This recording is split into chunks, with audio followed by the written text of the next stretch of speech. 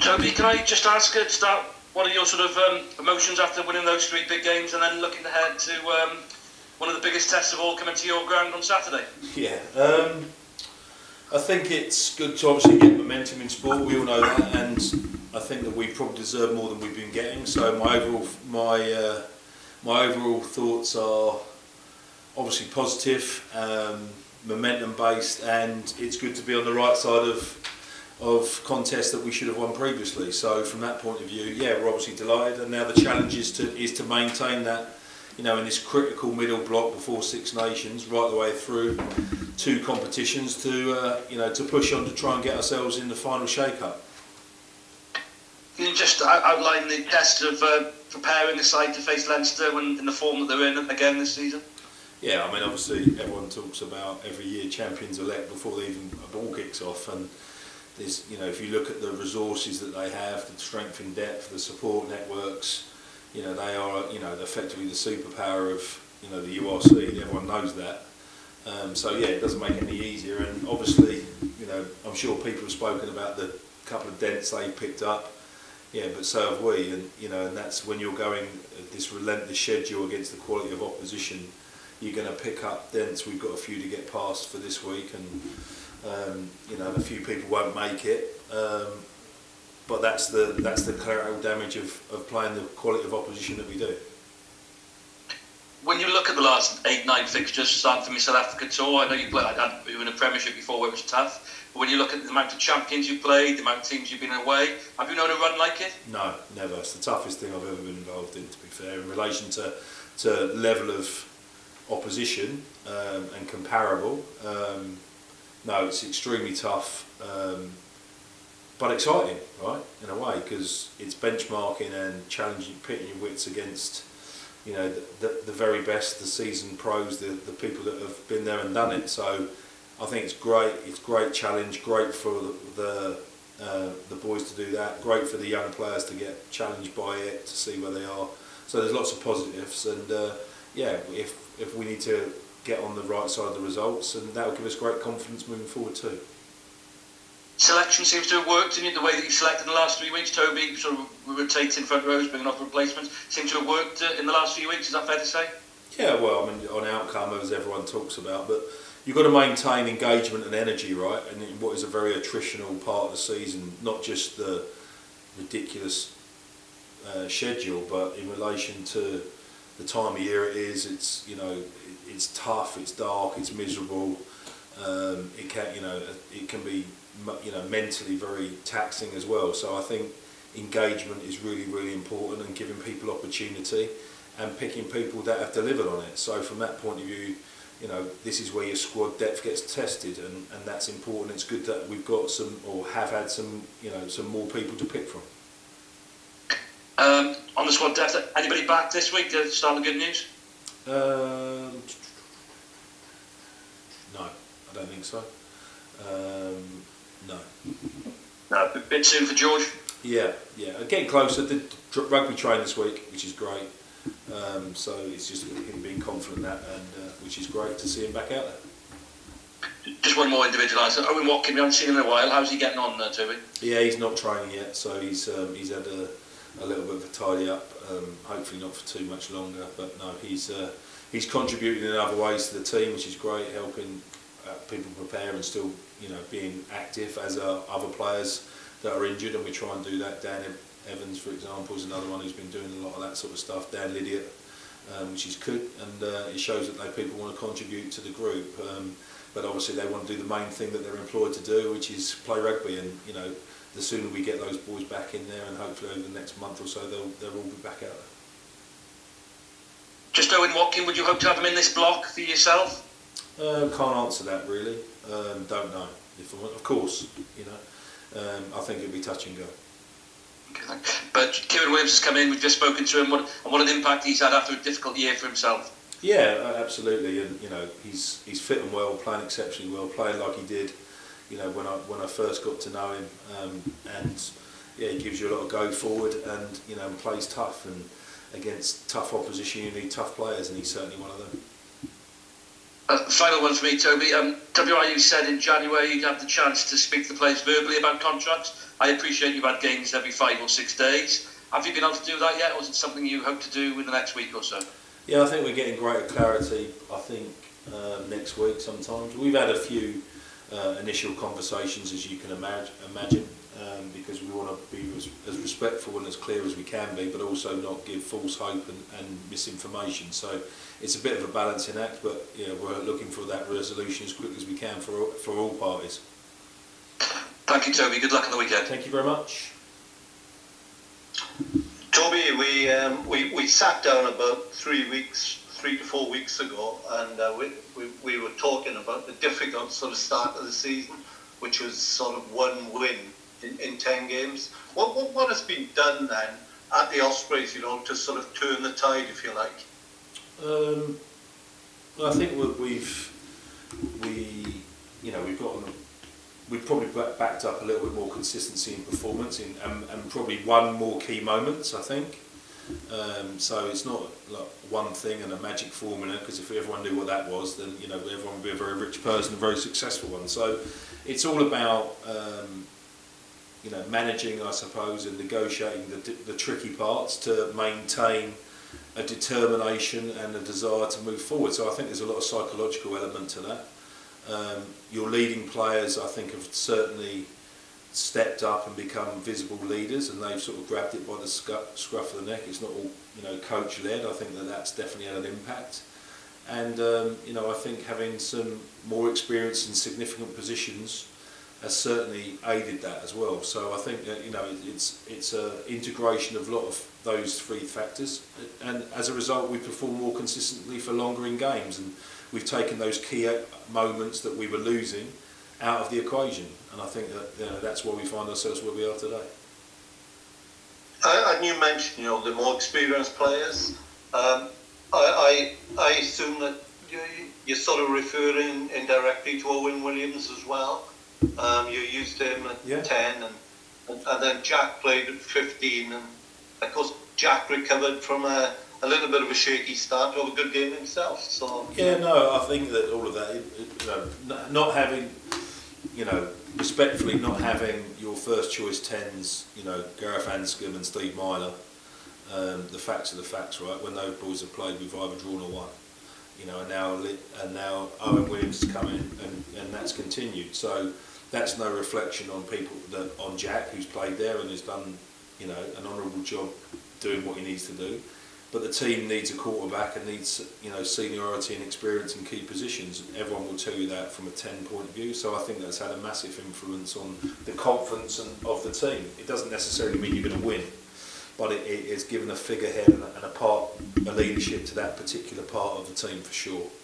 So that's been really important, and it's great that we could get him in as we did, because of injury and the demise of unfortunately of another club. But from that point of view, their loss has been our game, and he's definitely stepped up and been very visible in that position, and that's given other people the confidence to just focus on doing their job, and I think that those things are really important.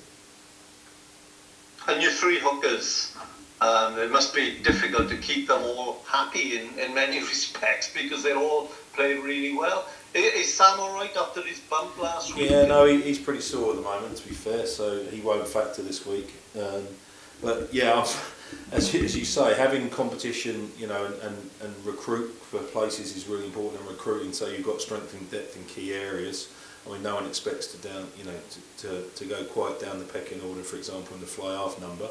But those things are important. But you need specialist play, so your 2s, your 9s, etc. You need good depth in those positions because they're so specialised.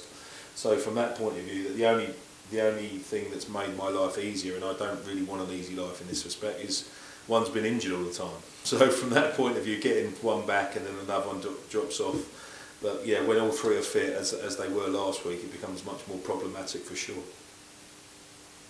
And Sam was really good in that first half, but then Dewi came off the bench and for 43 minutes, sort of 9 carries, and he does what he does. He was outstanding. Yeah, I mean, obviously it's a collision sport, right? And you need people that collide well. you know, and he's certainly a person that does that for sure, and he brings that dynamic element to the game, which is why, you know, he burst onto the international scene as he did. And what are you expecting from him in 2023?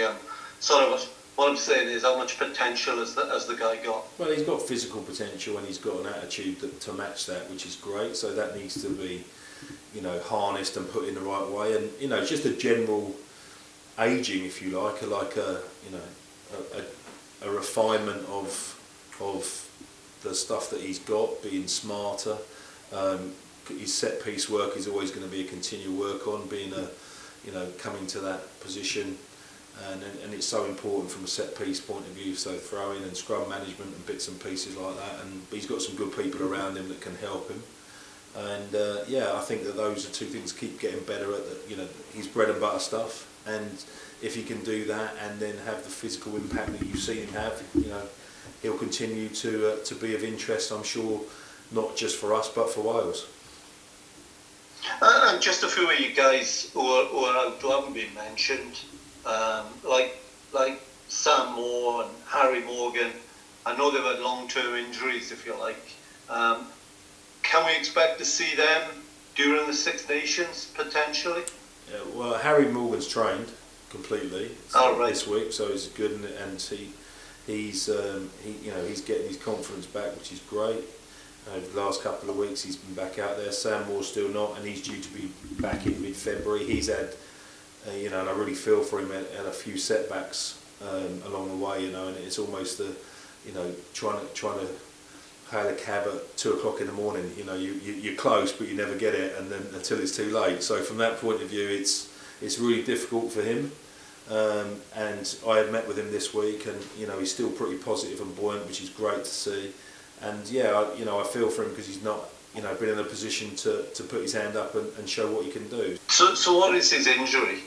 So he's been around so a leg injury or a calf injury, and you know, as we've loaded it up, it's broken down a couple of times, which has been difficult. So it's always 2 step forwards, 2 step back, because obviously to get fitness into something, you've got to use it, right? And if it keeps breaking down, then that's really, really tough. So we're having to be extremely cautious about how we do that, because, you know, a lot of the stuff that we've done has pushed him a little bit too far. Now with Harry, has it been persistent niggles, or has there been one injury? No, it's been, yeah, a few little bits and pieces for him. You know, he's a guy, I think, that's really unfortunately suffered by achieving a lot early. So he played like under 20s 3 years early and played for 3 years and bits, and I think there was a lot of stuff put into him through no fault of his own, and I think his body's catching up. Really, I think that he's played a lot and not probably physically catching up, and I think that that's difficult because we play, as you said, we play the sport we do, and if you're young and if you're not developed as well, you sometimes get exposed. And I think that his body's getting used to, you know, the stuff that he probably should have had a more gentle ride up until this point. But the difficult thing is for that, if you're good enough, you know, and people want to pick you, you're not going to say no. So the challenge is obviously trying to backfill that resilience and body toughness that allows you to withstand what a professional rugby player needs to do. How do you view him? Do you see him as a player, you know, with big potential? He's got talent. You can see it. You can see, you know, he's got a good eye for it as well, which is exciting. But the frustrating thing for him and for us and for everyone that wants, you know, who knows anything about him, is he just can't stay out there for long enough, and that makes it very, very difficult for all concerned. So, you know, we just got to try and, you know, eke slowly down that road, and hopefully we can get him back on the pitch for a longer period of time. Last question, really, with Dan, he obviously broke his arm in the November tests. Is there any return date for him? Might he be back during February. The Six Nations? Yeah, February. Yeah, he should right, be in February. Right. You'll be pleased to see him back. Oh Toby, right, yeah, absolutely. Really big fan, and obviously, unfortunately, he's been with Wales twice and been injured both times, which has been really tough. And doing what Dan Idiot does, which is, you know, for high performance, certainly from a defensive point of view, and impacting games. So it's really unfortunate for him, poor timing for him. But you know, we look forward to getting him back because you know he's a good player and he's also a good man. He's helped out, you know, behind the scenes doing some bits and pieces with other players and wants to contribute. So I can't speak highly of him enough in that regard for sure. Brilliant. Hope it goes well this weekend. Thank you. Thanks. Hi Toby. Hello, mate. Just looking at the kicking battle, really, it's been very interesting all season. Ospreys have kicked a lot and that kind of thing, sometimes got criticised for it, but in recent weeks you've just started to really win those battles. Maybe, are you pleased with how the kicking game's going at the moment? Yeah, I think that the kicking battle is one of the key battles, you know, that you have to win, without doubt. You know, we play in a territory-based sport, so your kicking game and your kicking accuracy and how you deal with opposition kicks is absolutely paramount to being successful. You know, we've done a lot of work on both sides of that, and as you say, we're now starting to win those battles, which puts you on the front foot, which is really important. Yeah, and against Cardiff, it was quite interesting. You kicked a lot less. Was that a case of the situation? Were you not quite happy in the first half, maybe not kicking enough, or was it just a plan to go into? No, I think that what we did is we adapted well at half time, and we didn't really want the ball, really, in relation to the conditions for 15 minutes. It was a hurricane and no one wanted the ball. So it's important even more that your kicking game and knowing when to kick and when to run are really important. Now obviously it dried up a bit, but by that time we've forced the issue a few times and managed to get, you know, our set piece starters in the opposition 22, and that's why the kicking is so important, especially in poor conditions. Yeah, and 17 kicks in the game. You usually average about 26 kicks per game, and 29% of those going into touch, whereas usually you'd expect more from an Osprey side. Was there a plan going into it, or was that the adaptation? It depends where these come from. So obviously, inside, if you're kicking from deep, you know, obviously territory off gives you an opportunity for sure. I think the other bit that goes alongside that is, you know, as I said, where you're kicking from. So whether that's source possession or whether that's from the kicks you receive. I mean, Cardiff kicked the ball a hell of a lot, right? So from that point of view, if it's contestable and you're on the back foot, then you know you have no choice really not to offer off people, especially as everyone knows what Cardiff are like around, you know, the breakdown and their jackal threat with Thomas Young and Ellis Jenkins, etc., etc. So we have to be really careful about choosing when to go and when not to. Yeah, I thought it was really interesting. It shows that the team can really vary up that kicking battle, and of course this weekend both teams have got an excellent kicking part of their game. How important is that going to be, and how do you see yourselves getting on top of that?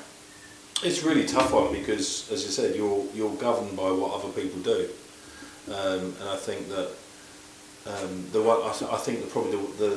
one thing that goes along with the kicking game is the discipline that you have around it. You know, the one thing that Leinster are they're incredibly disciplined about what they want to do, and the reason they are the team that they are is because they have massive confidence in what they're about to do, and they believe in what they're doing, and they have an unbelievably good execution rate in doing that. So I think we're going to have to stay in that battle if we're going to need to be successful this weekend for sure.